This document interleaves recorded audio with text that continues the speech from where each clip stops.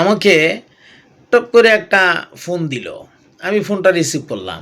বলে যে, হুজুর আপনি যে মাদ্রাসায় আছেন, আমি তো ওই মাদ্রাসায় পড়াশোনা করে আসছি হুজুর অনেক দিন আগে।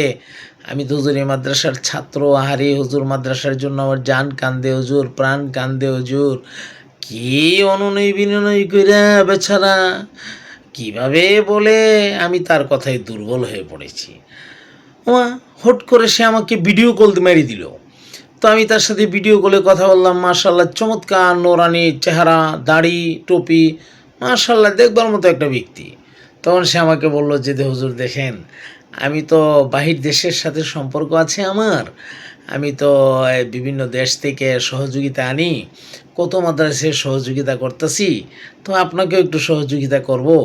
আপনি আরবিতে একটা দরখাস্ত লিখে দেন।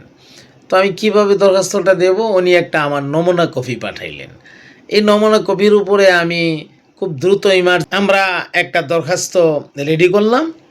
দরখাস্ত রেডি করে এরপরে এই দরখাস্তটাকে আমরা তার কাছে বলছি এই মধ্যে পাঠানোর জন্য আমরা পাঠাইছি।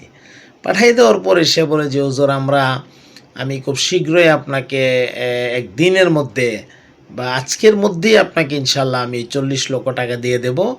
ইনশাল্লাহ আপনার অ্যাকাউন্ট নাম্বার দেন। আমরা অ্যাকাউন্ট নাম্বার সব পাঠাইছি মাদ্রাসার।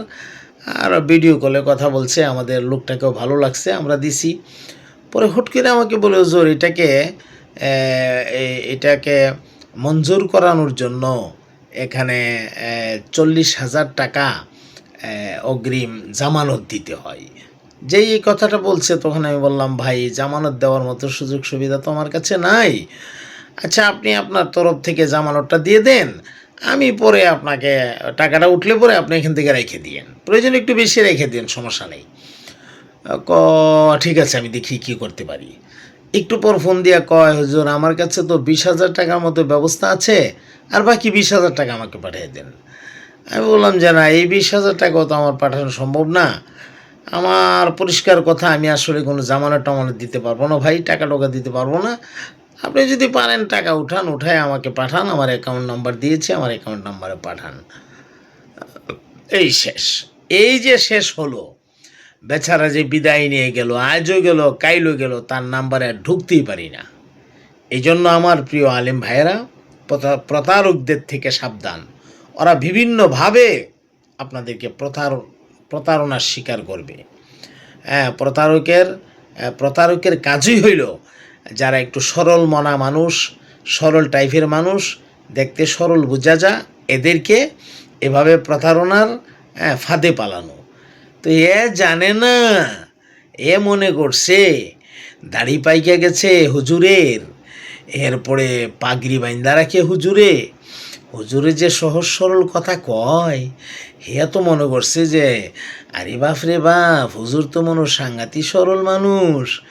কিন্তু এ তো জানে না, হের এই বয়সটা যে আমি পার হয়ে আইছি, হে যা করতেছে এটা যে আমি বুঝি, আমার যে এটা বুঝার মতো যোগ্যতা আছে বা ক্যাপাসিটি আছে, আমি যে বুঝা ফেলাইছি, এই ছাগলই তো এটা বুঝছে না।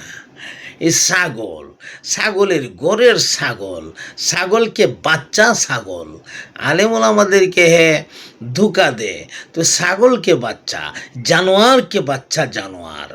এই সমস্ত জানোয়ারগুলি থেকে আপনারা নিজেদেরকে বাঁচা রাখার চেষ্টা করবেন। আল্লাহ হাফেজ।